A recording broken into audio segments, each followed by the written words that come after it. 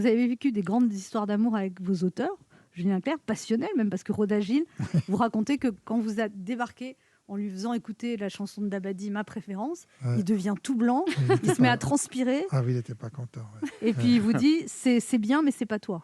Oui, tout ce qui n'était pas écrit par tous les deux, il m'a dit un jour... Donc ils se détestaient tous les deux, Dabadi et Rodagil. Et c'était toujours quand même des trucs à fleur et moucheté quand ils se croisaient. Il m'appelait son usine, Étienne, parce qu'il y a tout un truc, une ambiance révolutionnaire et anarchiste chez Étienne Rodagil. Donc il m'appelait son usine. C'était un peu comme entre vos deux parents, en fait, Rodagil et Dabadi, parce que c'est deux styles, c'est deux milieux sociaux différents aussi. Oui, bien sûr. Alors donc il avait dit un jour à Jean-Loup, il avait dit « Touche pas à mon usine, toi !»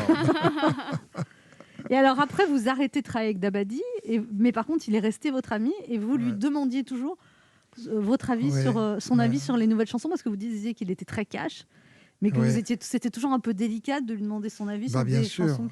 Donc ça, c'était la plus grande preuve d'amitié qu'il m'ait donnée, je pense. De continuer à vous conseiller. Mais oui, bien sûr. Oui.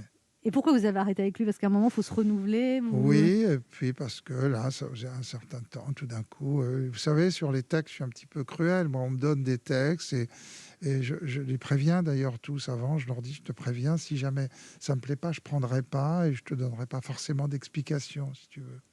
Donc ça peut être violent. Oui, c'est au feeling. C'est au feeling, ouais. Et puis vous savez, les auteurs, il faut savoir une chose. Bon, là, sur l'album, il y a beaucoup d'auteurs, en particulier de jeunes femmes qui sont auteurs-compositeurs elles-mêmes, qui ont des carrières formidables, etc., en tant qu'artistes. Mais des fois, les auteurs, ils ont un travail qui est ingrat, parce que celui qui prend la lumière, c'est l'interprète, vous voyez.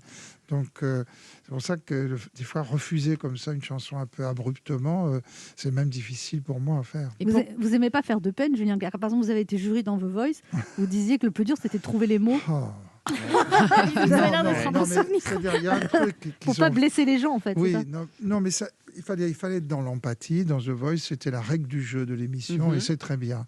Mais ils avaient fait un truc qu'ils n'ont pas refait, d'ailleurs. Ils ont bien rendu compte que c'était dur pour les coachs. L'année où j'y étais, on avait 18 talents, et en une seule soirée, il fallait en garder que 6. Donc c'était très violent, parce qu'on n'avait pas envie de virer tous ces gens-là. Il y en avait plein. Moi, j'estimais qu'ils pouvaient continuer, en fait.